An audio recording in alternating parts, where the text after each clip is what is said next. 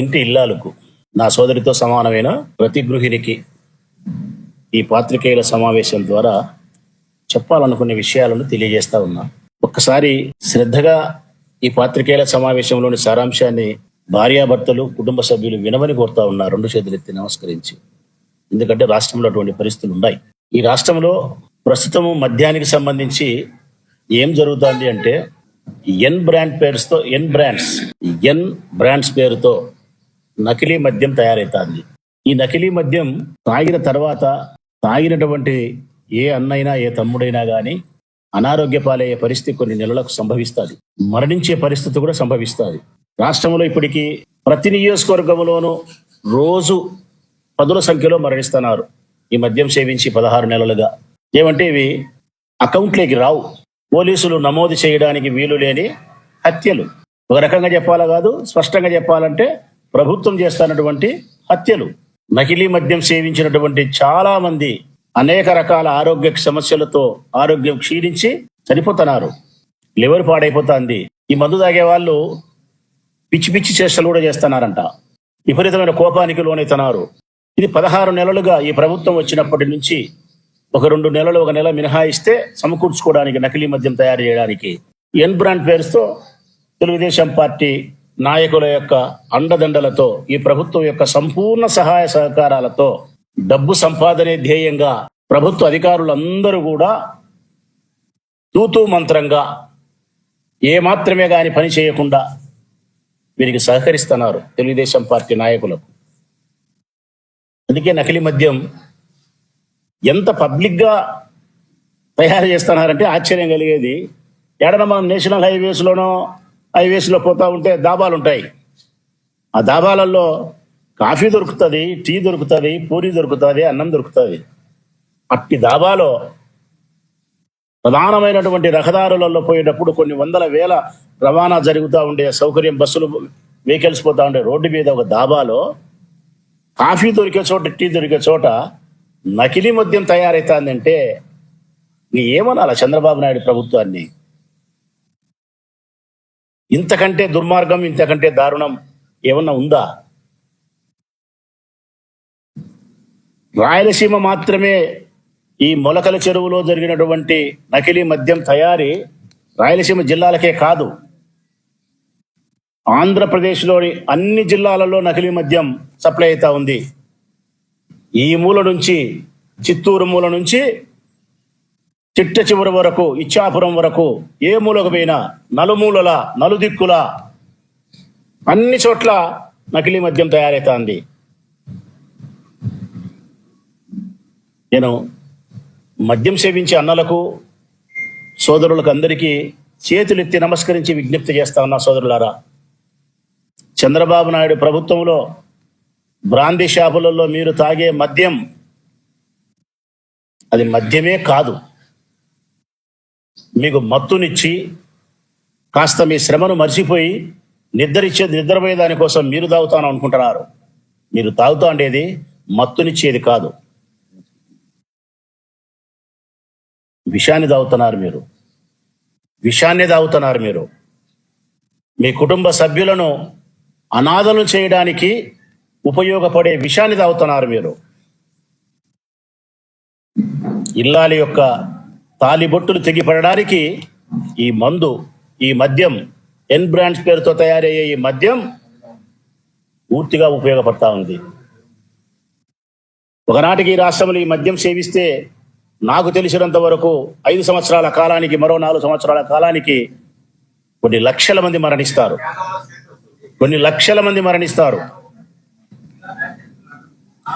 తక్కిన వాళ్ళు ఎవరైనా ఉండారంటే అనారోగ్యాలతో ఆసుపత్రుల పాలు చుట్టూ తిరుగుతూ ఉంటారు. దయచేసి మద్యం సేవించే సోదరుడు చెప్తా ఉన్నా, జాగ్రత్త. ఆ మద్యం సేవించే అన్నల యొక్క భార్యలకు చెప్తా ఉన్నా, ఆ చెల్లెమ్మలకు, ఆ కుటుంబ సభ్యుల పిల్లలకు చెప్తా ఉన్నా, మీ తండ్రిని కాస్త, మీ భర్తని కాస్త జాగ్రత్త పడమని సలహా ఇవ్వండి. ఈ రాష్ట్రంలో నకిలీ మద్యం ఏరులై పారుతా ఉంది. ప్రజల ప్రాణాలను బలిగొనే మందును తెలుగుదేశం పార్టీ నాయకులు విచ్చలవిడిగా తయారు చేసి అమ్ముతా ఉన్నారు. ప్రభుత్వ అధికారులు ఏమాత్రమే చర్యలు తీసుకోవడంలే. ఇది ఎగ్జాంపుల్ కూడా చెప్తా ఉన్నా. నేను 16 నెలలు అయింది ప్రభుత్వం వచ్చి. నేను అడుగుతా ఉన్నా ఎక్సైజ్ అధికారులను, ఇంతవరకు ఎక్కడైనా ఈ రాష్ట్రంలో ఉండబడిన సుమారు 3,500 బ్రాందీ షాపులు ఉన్నాయి. ఈ 3,500 బ్రాందీ షాపులలో ఎప్పుడైనా ప్రొద్దుటూరు మొదలుకుంటే ఏ ఒక్క బ్రాందీ షాపులైనా మీరు తనిఖీ చేసినారా? ఈ 16 నెలల్లో ఏ ఒక్క బ్రాందీ షాప్ అయినా మీరు తనిఖీ చేసినారా?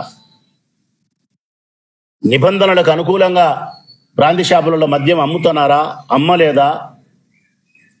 నకిలీ మద్యం బ్రాందీ షాపులకు వస్తుందా లేదా? లేకుంటే ఇతర రాష్ట్రాలకు, గోవాను, కర్ణాటక సంబంధించిన రాష్ట్రాల నుంచి మద్యం తెచ్చి అమ్ముతున్నారే, ఈ బ్రాందీ షాపుల్లో ఉందా లేదా? లేకుంటే నీళ్లు కలిపి కల్తీ మద్యాన్ని అమ్ముతా ఉన్నారే, ఎప్పుడైనా తనిఖీ చేసినారా? చీకట్లో 5 గంటలకు బ్రాందీ షాప్ తెరిస్తే రాత్రి 12 గంటల వరకు షాపులు ఉంటాయి. తనిఖీ చేసినారా? 12 గంటలకు బ్రాందీ షాపులు మూస్తే 12 నుంచి తెల్లవారులు 5 గంటల వరకు బెల్ట్ షాపులు ఓపెన్ అవుతాయి. 24 గంటలు బెల్ట్ షాపులు, బ్రాందీ షాపులు ఉదయం నుంచి రాత్రి 12 వరకు. ఎప్పుడైనా నాలాంటి వాళ్ళు, మీలాంటి వాళ్ళు కొంతమంది ఉదయమే లేచి కాఫీ తాగుదాం అనుకుంటే పాలు వచ్చేదానికి 6 అవుతుంది అంటారు. పాలు వచ్చేదానికి 6 అవుతుందని చెప్తుంది భార్య. 6 గంటలకు పాలు వస్తాయి. కాఫీ తాగే మనకు 6 గంటలకు లభ్యం కాఫీ. ఈ రాష్ట్రంలో మందు తాగే సోదరులకు చీకట్ల 5 గంటల నుంచే మందు లభ్యం. ఇది చంద్రబాబు నాయుడు ఆదర్శవంతమైన మాటలు. ఎంత ఆదర్శవంతమైన మాటలు మాట్లాడతాడు ఆయన ఎలక్షన్లకు ముందు. ఈ రాష్ట్రంలో జే బ్రాండ్స్ అమ్ముతున్నారు, ఇదంతా విషము, ఇది తాగితే ఆడవాళ్ళ మంగళసూత్రాలు తెగి పడుతున్నాయి, నేను వచ్చిన తర్వాత మీకు అమృతం ఇస్తాను, ధరలు తగ్గిస్తాను. ఇదేనా అమృతం చంద్రబాబు నాయుడు గారు? మొలకల చెరువులు తయారయ్యే ఈ ఎన్ బ్రాండ్సేనా మీరిస్తా అండే విషం? ఈ మందు తాగితేనా ఈ రాష్ట్రంలోని మా అక్క చెల్లెమ్మల యొక్క మంగళసూత్రాలు గట్టిగా 10 కాలాల పాటు ఉంటాయా? ఆదర్శం. మళ్ళీ పత్తి గింజ తిన్న మాటలప్పుడు ఎక్కడికి పోతుంది ఈ రాష్ట్రం?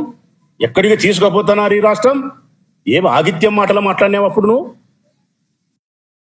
ఇప్పుడు మేము అడుగుతా ఉన్నాం, ఎక్కడికి తీసుకుపోవాలనుకుంటున్నారు ఈ రాష్ట్రాన్ని? శ్మశానానికా? ఈ ఆంధ్రప్రదేశ్ రాష్ట్రాన్ని శ్మశానం చేయాలనుకుంటున్నారా మీరు? శవాల గుట్ట చేయాలనుకుంటున్నారా ఈ రాష్ట్రాన్ని? నకిలీ మద్యాన్ని అమ్మి శవాల మీద రూపాయలు ఏరుకోవాలనుకుంటున్నారా మీరు? ఆయనేమో ఆదర్శవంతమైన మాటలు చంద్రబాబు నాయుడు, ఈయన పవన్ కళ్యాణ్ ఏమో ఆవేశపూరితమైన మాటలు.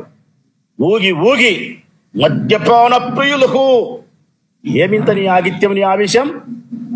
ఎక్కడి పోయింది నీ ఆవేశం? ఇప్పుడు చల్లబడిపోయిందే. చంద్రబాబు నాయుడు ఇచ్చే ప్యాకేజీ డబ్బులు తీసుకొని నీ నోటికి బీగం వేసుకొని నీ ఆవేశాన్ని చల్లబరుచుకునేవా పవన్ కళ్యాణ్? ఇంకొక ఆయన ఉన్నాడు చిన్నబాబు గారు, ఆయన పరశురాముడు లాంటి వాడు. అబ్బా, మా తల్లికి అవమానం చేసినారా? ఈ రాష్ట్రంలో ఉండే క్షత్రియ కులాలంతా సర్వనాశనం చేసి తలను నరికినట్టు వైఎస్ఆర్ కాంగ్రెస్ పార్టీని తెగ నరుకుతారని చెప్పి పరశురాముడు మాట్లాడినట్టు మాటలు. ఒకరిది ఆవేశము, ఒకరిది ఆదర్శము, ఒకరిది పత్తిగింజ మాటలు. ఈయన చూసామా నకిలీ మద్యం. అసలు ఆ మొలకల చెరువులో జరిగిన మద్యం కేసు అయితే ప్రజలకు ఒకసారి చెప్పాలనుకుంటున్నా నేను. హైవేలో ఒక దాబాలో పట్టపగులు బాగా లోపలికి ఆడనో, రోడ్లలోనో, గుట్లలోనో, కొండలలోకి పోయి కాదు, పల్లెల్లోకి పోయి కాదు, ఒక దాబాలో నకిలీ మద్యాన్ని తయారు చేసే కర్మాగారాన్ని ప్రారంభిస్తే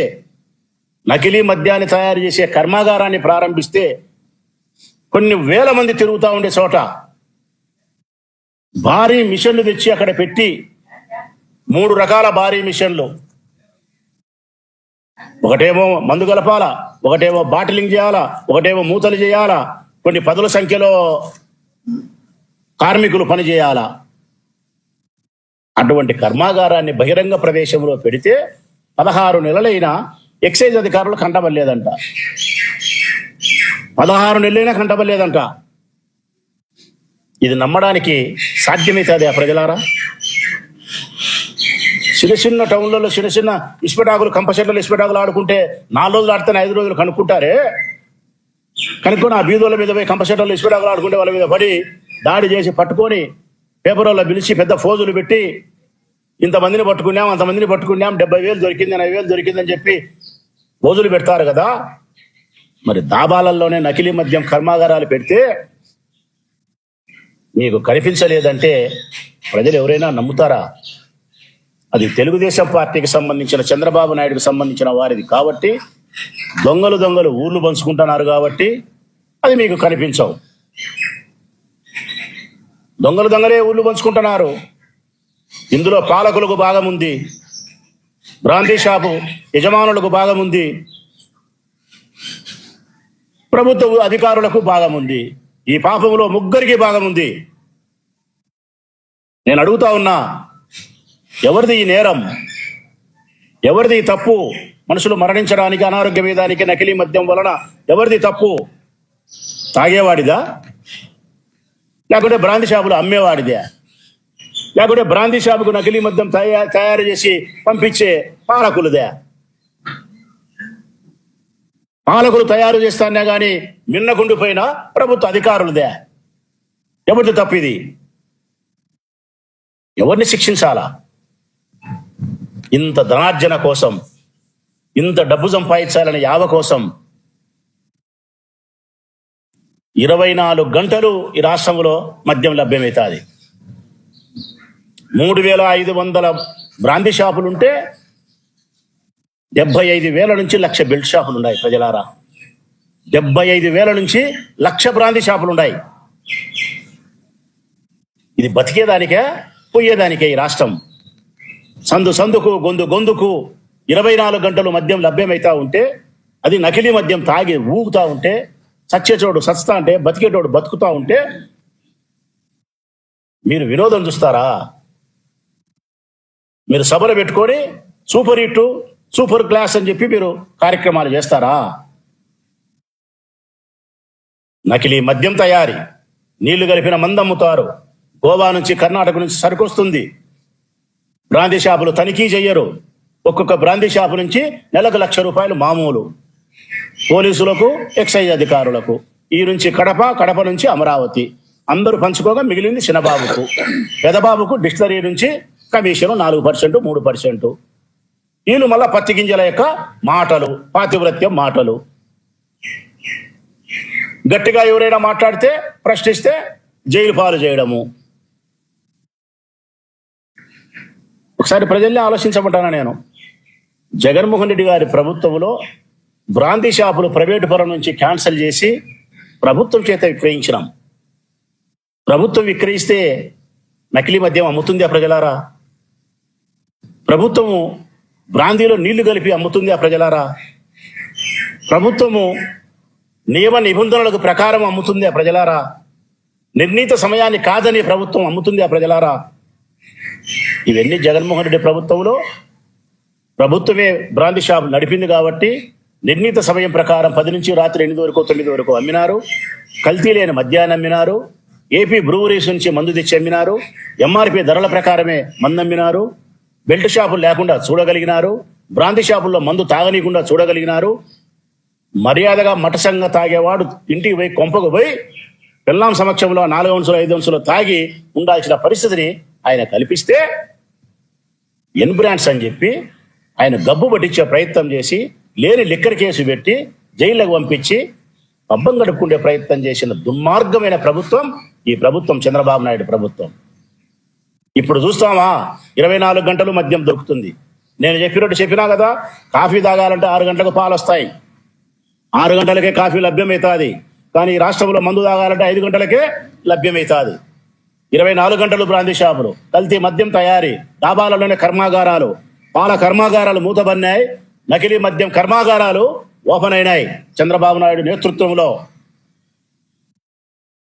విచిత్రం ఏంటంటే ఇందులో మళ్ళా కేసులో ఎవరు పెట్టారు వాళ్ళనంటే, దాబాలో బహిరంగంగా 16 నెలలుగా నకిలీ మద్యం కర్మాగారాన్ని ఓపెన్ చేసి తమిళనాడు నుంచి ఒరిస్సా నుంచి వచ్చిన కూలీలు ఉన్నారు కదా, వాళ్ళంట కేసులో ముద్దాయిలు. ప్రజలారా, వాళ్ళు నడపగలుగుతారా? వాళ్ళు నడిపితే 16 నెలల్లో 16 నిమిషాలకు పోలీసులు కనుక్కోరా? ఎక్సైజ్ అధికారులు పట్టుకోరా? వాళ్ళు కాదు నడిపింది. తెలుగుదేశం పార్టీకి సంబంధించినటువంటి సురేంద్ర నాయుడు కావచ్చు, ఇంకొకరు కావచ్చు, మినిస్టర్లు కావచ్చు, అంతా వాళ్ళే. పాత్రదారులు, సూత్రధారులు తప్పించేసినారు. కేసులో పెట్టాల్సిన ముద్దాయిలు పెట్టలే. Chandrababu Naidu clear instructions excise పెద్ద అధికారికి, నిధులంతా మా వాళ్ళే ఉండారు, పేర్లు గడ్డకొస్తే మా ప్రభుత్వం బదనామైపోతుంది, బలహీనపడుతుంది, కాబట్టి ఎవరిని మా వాళ్ళని కేసులో పెట్టద్దు, తప్పించేసాయి. ఆ పరికరాన్ని కూలోళ్ళనో బాలోళ్ళనో పెట్టి కేసు మమా అనిపి అంటే ఎక్సైజ్ అధికారులు మమా అనిపించారు. సూత్రధారులు ఎవ్వరూ లేరు. కంబలపల్లిలో, మదనపల్లిలో కాగితాలు కాలకపోయినా, ఫైళ్లు మేము కాల్చినామని చెప్పి డిఐజీలను, ఐజీలను హెలికాప్టర్లు వేసి మదనపల్లిలో దించిన ఓ చంద్రబాబు నాయుడు, ఈ పొద్దు మరి బొలకల చెరువుకు పోరే, హెలికాప్టర్లు వేసుకొని, విమానాలు వేసుకొని ఈ పొద్దు పోరా డిఐజీలు, ఎక్సైజ్ అధికారులు. అంత పెద్ద నకిలీ మద్యం కర్మాగారాన్ని పట్టుకుంటే తూతూ మంత్రంగా చేస్తారా? ఆంధ్రజ్యోతి పత్రికలు అయితే ఎక్కడే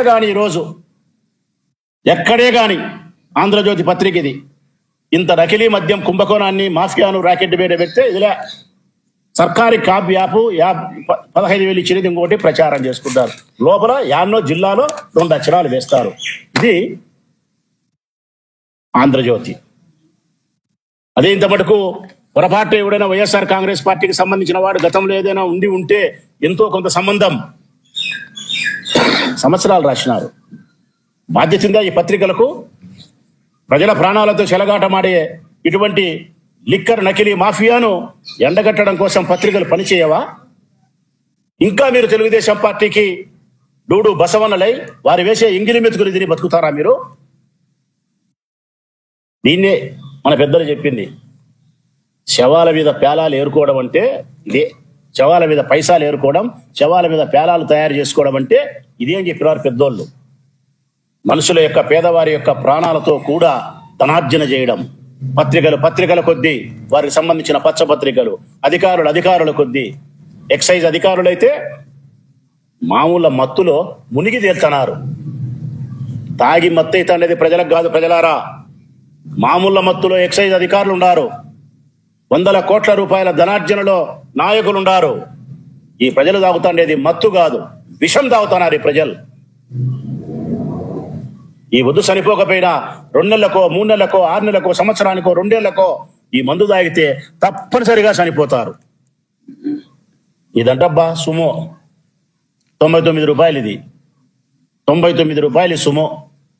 ఇది చంద్రబాబు నాయుడు ప్రజలకు ఇచ్చినటువంటి బంగారు కానుక. ఇది అమృతం అంట. నేను చెప్తాను అన్నలారా, ముఖ్యంగా నా ప్రొద్దుటూరు నియోజకవర్గ ప్రజలారా, 1కి 10 సార్లు చెప్తాను అన్నలారా, ఈ మద్యం కోసమే నాకు ఓటేయలే మీరు, అయినా పర్వాలే. మీ కుటుంబాలు, మీ భార్యలు, మీ పిల్లలు, మీ సంసారం పచ్చగుండాలనే మనస్ఫూర్తిగా మనసా వాచే కర్మే అని చెప్తానా. ఈ 99 రూపాయలకి ఇచ్చే ఈ మద్యం స్పిరిట్. ఇది ఆల్కహాల్ కాదన్నలారా, స్పిరిట్. ఇది కంప్లీట్ గా స్పిరిట్. ఇది నేను మొట్టమొదటి రోజే చెప్పినా, భారీగా స్పిరిట్ను కొనుగోలు చేస్తున్నారు. స్పిరిట్కి అనుమతులు మామూలుగా ఇయ్యరు.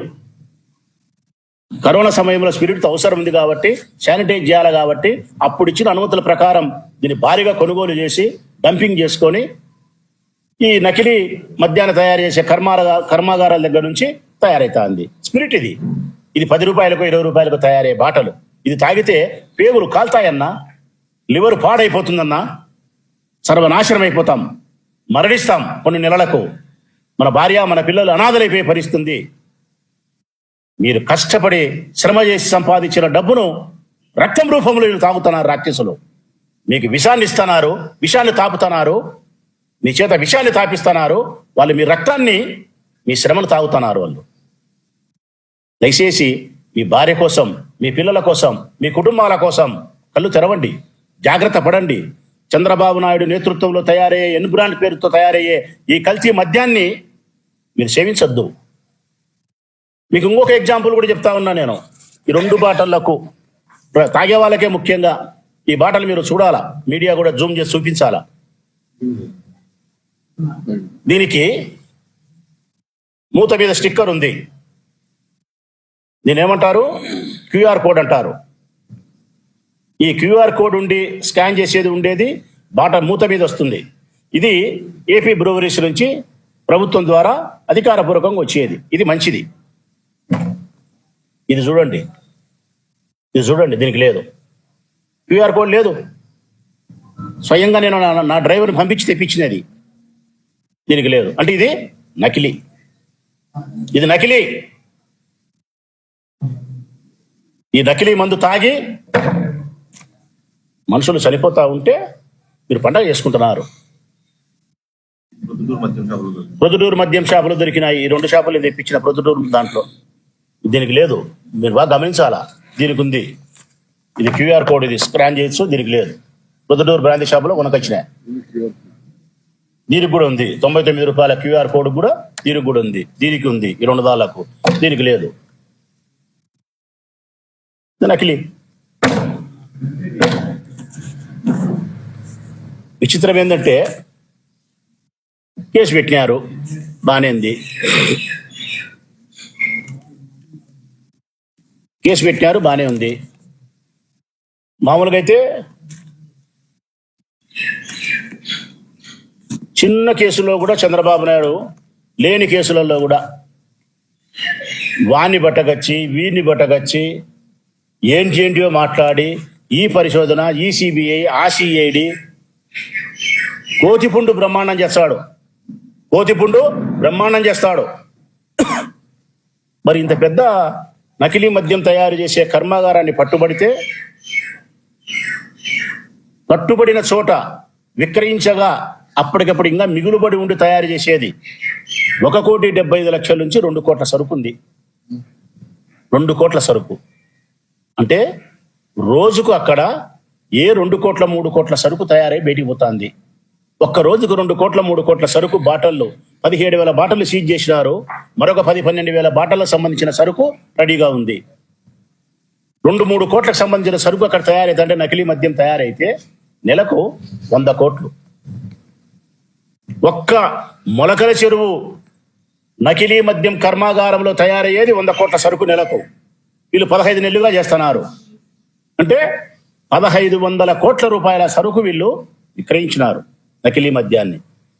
ఈ 1,500 కోట్లు, 1,500 కోట్ల రూపాయల నకిలీ మద్యం సరుకును ఏ బ్రాంతి షాపులకు అమ్మినారని అధికారులు ఎంక్వైరీ చేయరా? చీల్చి ఎర్రగడ్డ మీద పొర చీల్చినట్టు చీల్చి వేరే వాళ్ళకైతే చూస్తారే చంద్రబాబు నాయుడు చెప్పినప్పుడు, దీనికి చేయరా? నేను అడుగుతా ఉన్నా ఎక్సైజ్ అధికారులను, తెలుగుదేశం ప్రభుత్వాన్ని.